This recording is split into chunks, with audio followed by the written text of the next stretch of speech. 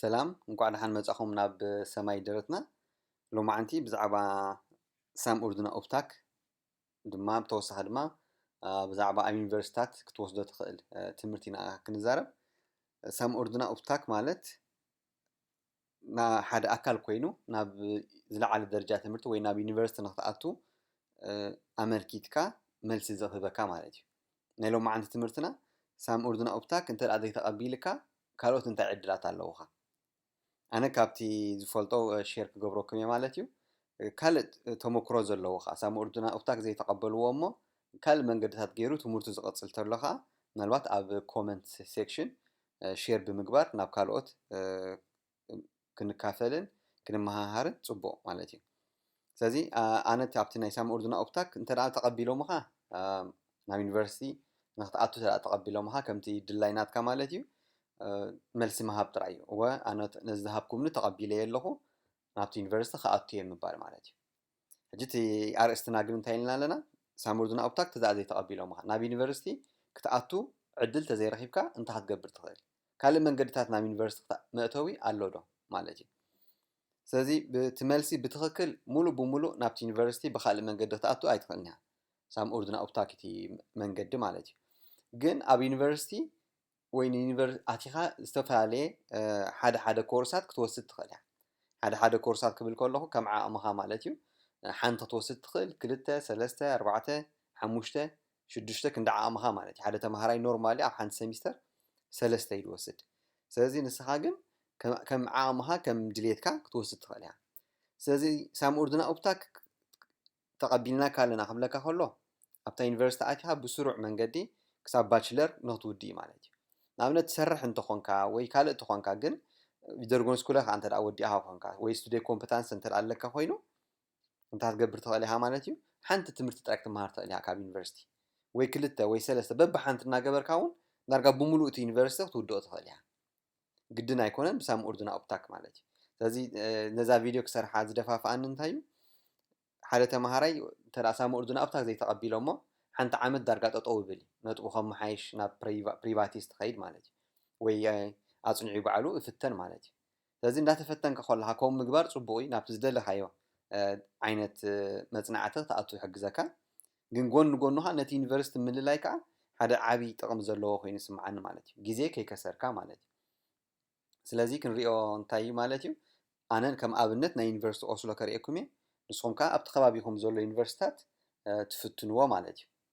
ስለዚ ኣነ ናይ ዩኒቨርሲቲ ኦስሎ ፅቡቅ ስለ ዝፈልጦ ኣብቲ ናይ ዩኒቨርሲቲ ኦስሎ ኣብ ገለገለ ክፋላት ከሪአኩም ማለት እዩ ሕጂ እዚኣታ ገፅ ናይ ዩኒቨርሲቲ ኦስሎ እያ ወይ ኣብ ጉግል ኣቲና ጉግል ተፅሒፍና ዩኒቨርሲቲ ኦስሎ ተይልና ኣብቲ ቀዳመይቲ ገፅ ፎሺደናተ ንኣትሞ ሽዑ ኣብታ ስቱድየር ንኸይድ እንታይ ዓይነት መፅናዕታት ኣለዎ ሕጂ ስሩዕ ተምሃራይ ተኾንካ ሓደ መደብ ክወሃበካ እዩ ኦገስት ከባቢ ማለት እዩ ኣብዚ ተፃሒፉ ኣሎ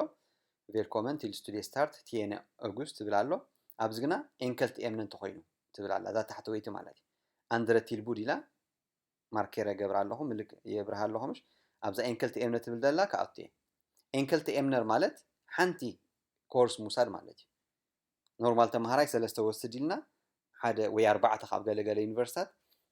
ኣብዚ ግን ንሕና እንታይ ኣፕላይ ክንገብር ንሓንቲ ማለት እዩ ሕጂ ንሓንቲ ክብል ከለኹ በብሓንቲ እናገበርና ግን ዋላ 3 ዋላ 6 ከም ዓቕምና ልዕሊኡ እውን ክንወስድ ንኽእል ማለት እዩ ልዕሊ 3 ኣይምከርኒ ማለት እዩ ሪኮመንድድ ኣይኮነን ስለዚ ኦፕታክ ቲል ኤንከልቲ ኤምነ ዝብል ዘሎ ኤንከልቲ ኤምነ ክትመሃር ተደሊኻ ንኣብነት ሓንቲ ኮርስ ናይ ፕሮግራሚንግ ክትወሃብ ትመሃር ተደሊኻ ኣብዚ ሎ ሓበሬታ ማለት ስለዚ ኣብዚ ኣትይኹም ነዚ ኩሉ ክተንብብዎ ኣለኩም ንኣብነት ኣብዚ 4 ደረጃ ኣለዎ መስርሕ ኣለዎ ኢሉ ኣሎ ወይ ደረጃታት ስለዚ ተቐዳመይቲ ሸክ ኣብዚ ባይዘወይ ናይ ስፔሊንግ ጌጋ ገለ ከይመስል ምናልባት ሓንሳብ ናይ ኒኖሽ ክስታያት ኣሎ ስለዚ ከም ዘለዎ ክስታይ ክንገብሮ ኢና ኣብ ስቴግ ኤን ኣብ ተቐዳመይቲ ቅድሚ 3 ኣውጉስት ኣፕላይ ክገብር ኣለካን የብልካን ሰኮ ክትገብር ኣለካን የብልካን ቸክ ግበር ኣብዚ ብለካ ማለት እዩ ክንሪኣ ኢና ሳብ ብዝርዝር ካልኣይ እንተደኣ ተቐቢሎምኻ ማለት እዩ ኤንከልቲ ኤምነ ንኽትወስድ ወይ ሲንግል ኮርስ ማለት እዩ ንኽትወስድ እንታይ ትገብር ዕለት 18 10 ከባቢ ነፃ ቦታታት ቀዳምነት ነቶም ባችለር እንዲ ዝወሃብ ነቶም ብሳም ኡርድና ኦፕታክ ዝመፁ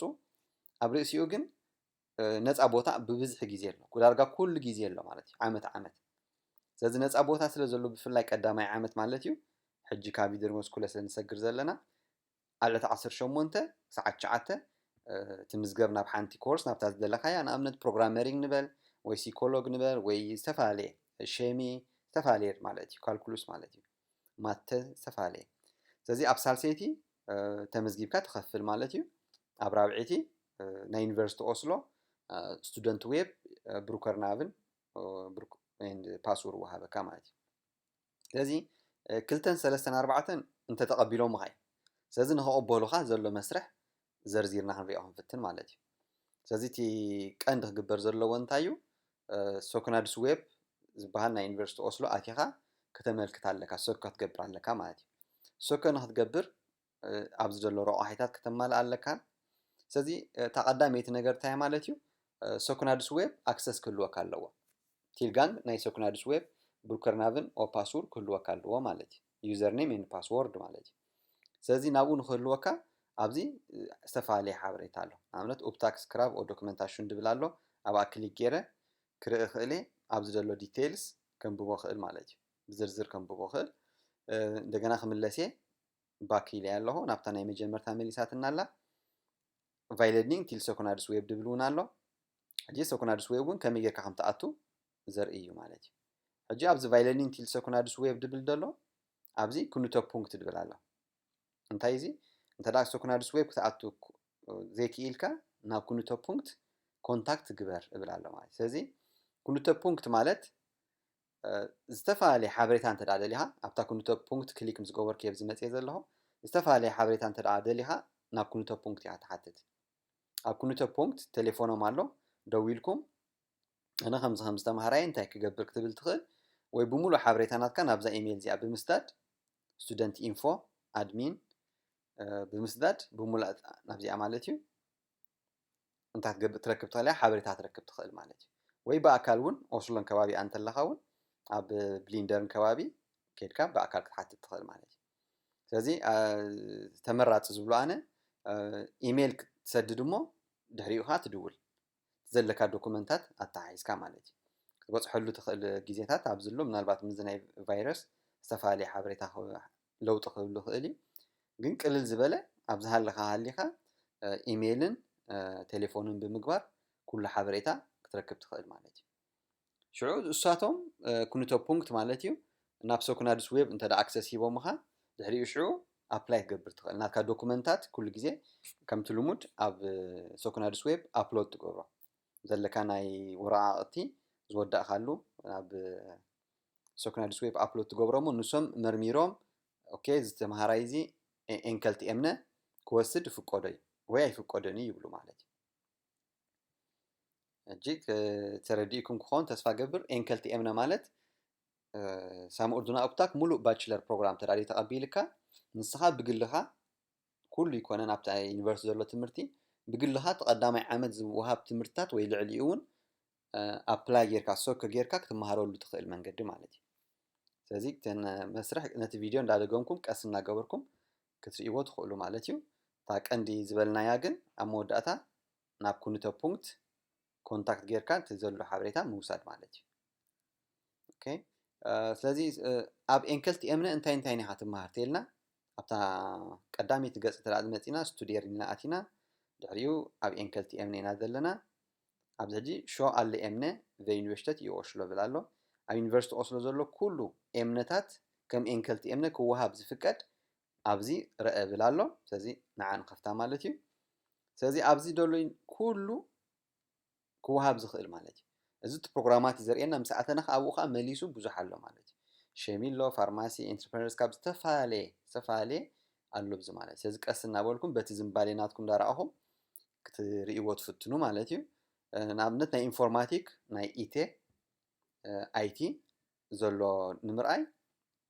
ሕጂ ብዛዕባ ባችለር ኢና ንዛረብ ዘለና ዝመፅእ ሆስተን ሽወ ማለት እዩ ዝመፅእ ኣውቶምን ማለት እዩ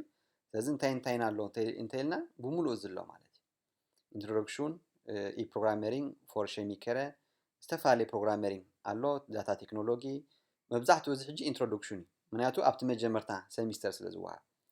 أنا كلاي عامت ونالو أبزي كل تزجمر دلو IN و EN 2 نول تري نول دبل دلو و EN تري نول سيف نول تي حسب جن زبالة أجرنتاي مجمرتا قدمي دلو توصدومو تكالي شو أبو بيجا سلاز جبر أو تومركيسو سلاز غتصل كأسنا بالكا نعمتها من سمستر توصله مالتي سزبالة حجي تن هوست زوهابا شوي ترايت مرسو مالتي زين كورسات زين كابتيكال بيت تمرتات انتي زفلي اللو انتيلنا ولا حنت في اللي يقولوا نابنت أبغوني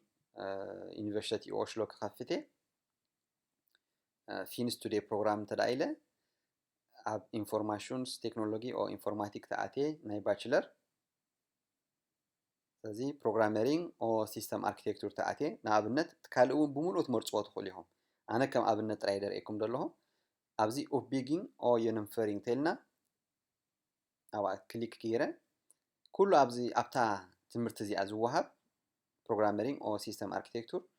أب أزوهاب تمرتي كله أبزي تزرزير له سلسة عمل سلسة هنا شدشة سميسترين هذا كلتا سلسة أربعة حموشته شدشته سلسة مسمع الكاين بسلسة مالتي سلسة أبنت ذا كورس زي إكس فيل إكسامن فيلوسوفي كم تبل دلا أب NTN ولا أب أوشلو إنفستت هلا أب كله ونك تولد خالي سلسة أبنت نزيع ترى أنت أول سيدك ذا سميستر زي عملتي هوست مست يونيفرسيتي تلا لمو بعمل قدي زمت عامت وانا تلا تقبلوا مهاخا نزي أجدي فكا زن كالو ترايت مهار مالتي نزي أستيل نعمتها مزيخا يقبلوا يعني سزي مدقام سلزي الليكا حجي جزية تقطب علىها مالتي نزي أترايد يكون كلن زينون تلا جزية لك من الوقت سرحته له ويت من الوقت مهار ولا أبريس يكون جزية تلك سلستي أن كلن نوت وزدن تغليها قال كابتن فقوداتين زي أنا أبزدر أنا أبزي أتاب فن غيره كلن سن أبزدر لوين حجي أبزنر إزلنا أنا أبنت introduction till data technology EN تي شو أبزيها introduction till data technology EN تي شو هذي كلتين حدين هذي تي ترايف اللي انتي إزي ملؤ تمهاري بسام أردنا أبتكون كمتي حتى مزجيب كلها إزجنا ببحنتي بعلها توصل لها تيك عند حساباتنا إزي فيديو انتي مالتيو جزيها أيتقبلون سام أردنا أبتكيلك إن خي تخسر أبتقربها هذا اليونيفرسيتي إنكلتي أمنا سينجل كورسز انتلوا كتمزجب كم تخل نمرأي مالتي لك كم ملؤ تمهاري سلسة كورس وسيدك كفيلك تمزجيبك ملؤ تمهاري تكون تخل مالتي نعمت هاجن ستيل تنايسا مردنا أبتك أبلاي مقبال لذلك أما وداتا مثلا باتشلر كتوهب قال تم حيشو زل كانت بتلون قونو كتم حيشو تخيل ويكا تخيلي مالتي لازم تمرت خلتي وحدث لازهونه ملؤ تمرتي تجمر تخيلها مالتي ولا سام أردنا أبتك أي قبلوها يونيفرسيتي أوسلو جن قبلك اللو يونيفرسيتي أوسلو قبلك خان تايلنا لك عمت مجمر تزرعنا أب إنكلتي أمنر كينا نزين كنا مال علنا سام أردنا سكنارس ويب أبلاي كنجبر كلمة تريدي أغسطس دما قدمنا مس كنوتو بونكت كنزارارب كنجمر كلالنا نابز تحت له كونتاكت كنوتو بونكت دبلالو أوقاتنا كونتاكت نجبره مالنا مالتي لذي I hope جز حاجة حبرتها خون زخونة كلا حتى تقولكم صحفوا لي كلا زيادة مكروز لكم تقولون من حدناك لما هارس لزخونة حسابات أب كومنت شير تغيركم كلا سبعة بيبو بزح كواهم كم مهارة خال مالتي كان زدلي تحبرتها مكفال مالتي سازي تي سامو أردنا أبتاك نمدم دام مالتي سامو أردنا أبتاك ترى تقبلك congratulation يسيل كام قطعلي ترى زي تقبلك هاجن بس دبلنا مسرح أب يونيفرسيتي أوسلو أبنة تمزجيبك أنت راك تزدلي قطعتها تعمليها كتقصل تخيل مالتي تزدل زبها مبزحته جزء من أربعة أطويل نهريو نابنت أبداتا تكنولوجي ترينا تي كراف زلو نابنت أبزي تحتي I think يبلان زي تتصحفن كورتو أمينة بالارجو overlapping إمنر ونرفيسينين أبكسكي أكال تشيكن جبرينا introduction to object oriented programming مبزحت جزء basic ماتا وي فيزيك وي كا شيميك تراي زحتت مالتي هذه أبتكتيل إمنا تلا أنترينا بقى عاوز أجي student إنجن obligatory risk obligatory ስከ ፎርኩን ስካፐር ብላለ ስለዚ ቅድሚ ሕጂ ዝኾነ ተማሂርካ ዘይትፀንሕ ትኽእል ኢኻ እንታይ ማለት እዩ ትኽኢልካ ካብ ቪደርጎን ስኩል ካብ ሰከንደሪ ስኩል ተዳ መፂኻ ክትኣቱ ትኽእል ኢኻ ንምባል ማለት እዩ ስለዚ ተምሃሮ ነፍሲ ወከፍ ሰሚስተር ብስቱደንት ዌብ ክኣትውለዎም ምብል ኣሎ ስቱደንት ዌብ ግን ነቶም ቀወምቲ ተምሃሮ እዩ ብሳመ ኦርዱና ኦፕታክ ድመፁ ተዳ ቀዋሚ ዘይኮንካ ቅድም ከምቲ መጀመርታ ዝረኣናዮ ቅድም ናብ ሶክናድስ ዌብ ኣፕላይ ትገብር ድሕሪኡ ኢኻ እዚ ፓስ ኣብ ራብዒት ኢኻ ስቱደንት ዌብ ዝህልወካ ማለት እዩ ድሕሪኡ ተምሃራይ ኮንካ ኣለኻ ማለት ስለ ዝኾነ ስለዚ እቲ ወላ ሓንቲ ኦብሊጋቶሪ ስከ ፎርኩን ስካፐር ስለ ዘይብሉ እንታይ ማለት እዩ በታ ዘለካ ፍልጠት ኣቲኻ ክትመሃር ከም ትኽእል እዩ ዘርኢ እዚ ስለዚ እታ ተድሊ እንታይ ምምዝጋብ ጥራይ እዩ ተመዝጊብካ ክትመሃር ትኽእል ከመራዳድኣይ ድማ ኣብቲ ዩኒቨርሲቲ ኣቲኻ እንተወሓደ ሓንቲ ቀላል ትምህርቲ ዋላ ወሲድካ ንኣብነት ኤክስ ፊልድ በልናዮ ብዛዕባ ፊሎዞፊ ንሳ ዋላ እንተዳ ወሲድካ እንታይ ዕድል ኣለካ ብዛዕባ እቲ ዩኒቨርሲቲ ብዙሕ ኣፍልጦ ህልወካ እሞ ኣብ ዝመፅእ እውን ዝያዳ ኣብ ምንታይ ከም ትመርፅ ኣብ ምንታይ ከም ትመሃር እቲ ዩኒቨርሲቲ ከመይ ይመስል ብዙሕ ኣፍልጦ ስለ ዝህበካ ሓንቲ ኮርስ ዋላ እንተወሓደ ክትወስድ ተመራፂ ማለት እዩ ኣይ ሆፕ ሓጋዚ ነይሩ ክኸውን ኣብ ከባቢኹም ደሎ ዩኒቨርሲቲ ቸግበሩ ዝተኻእለ ኣብ ዩኒቨርሲቲ ኦስሎ ከዓ ከም ዝመስል ማለት እዩ ዝኾነ ዝጠፋኣኩም ነገር ተሎ ሳም ኦርዱና ኦፕታክ ብዛዕባ ዩኒቨርሲቲ ኦስሎ ናብ ኩነቶ ፑንክት ኣፕላይ ጌርኩም ቴሌፎንን ኢሜይልን ከምቲ ዝረኣናዮ ኣብዚ ቪድዮ ኣሎ ኮንታክት ገብርዎም ትኽእሉ ኢኹም ክሕግዙኹም እዮም ፅቡቕ ዕድል ዝኾነ ካልእ ተወሳኺ እንተሎ ከዓ ኮመንት ምግባር ማለት እዩ ናብ ካልኦት ከማና ዝመስሉ ናብ ትምህርቲ ደረጃ ናብ ዩኒቨርሲቲ ዝኣትው ዘሎ ድማ ሼር ንግበራ ፅቡቕ ዕድል እቶም ሳም ኦርዱና ኦፕታክ ተቐቢልኩም ትምህርቲ ትጅምሩ ከዓ ፅቡቕ ናይ ምጅማር ግዜ ቻው ቻው